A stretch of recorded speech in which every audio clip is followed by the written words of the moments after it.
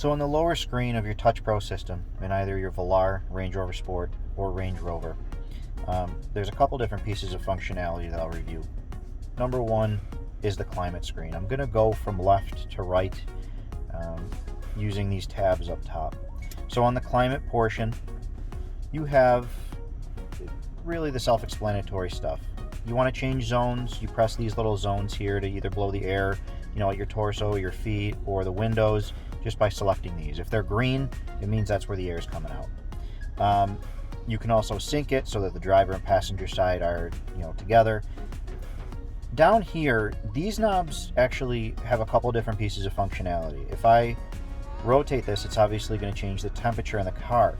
If I press on the button, it's going to switch it to your heated seats. Turn them on, or your cooled seats if your vehicle is equipped with that.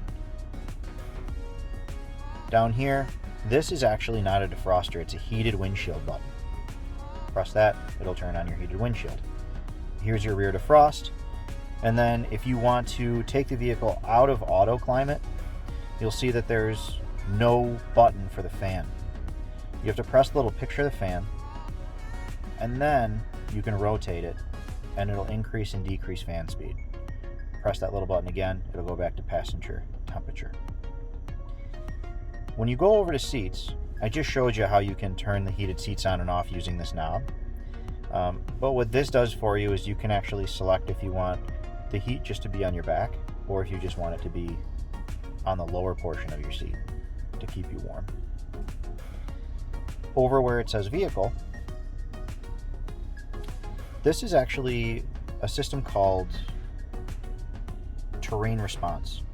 And you can actually, there are different computer programs in the car to make the vehicle handle better in certain driving situations. Currently, that mode's selected, which is comfort mode. You have eco mode, grass, gravel, and snow, mud and ruts for heavy off-road, and sand mode. Most of the time, you're gonna have it in the comfort mode.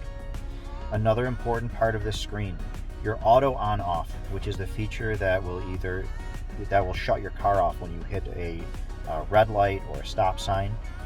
If you don't like that engine turning off and turning on feature, press this button in the top right and that'll deactivate it so that you don't have to worry about that. A note on that, you will have to do that every single time you start the car. It will not remember it. So when you get in the car, if you don't like that feature, press that button and it'll shut it down. On settings, really the biggest thing on this screen is what you want it to show when you first start up the car. We usually have it defaulted so that when you start up the car, it's going to just show the climate control. You can change that to displaying the seat screen or your last used screen, whatever you prefer. But typically you expect the climate control to be down here, so that's what we usually have it at. Now, in the center, between these four tabs, you'll see these two different dashes. If you press that, it'll actually allow you to pull up your Bluetooth. Not all the functionality of it, but you can dial your voicemail and you can see your recent calls if you want to get to something quickly, which is nice because you can have the top screen and the lower screen show two different things. Just add some functionality. Go over one more tab and it'll open up your media, which is your AM, FM, Bluetooth, whatever you want it to show. Press the little dashes on the bottom again, and that'll disappear, and you're back to your climate control.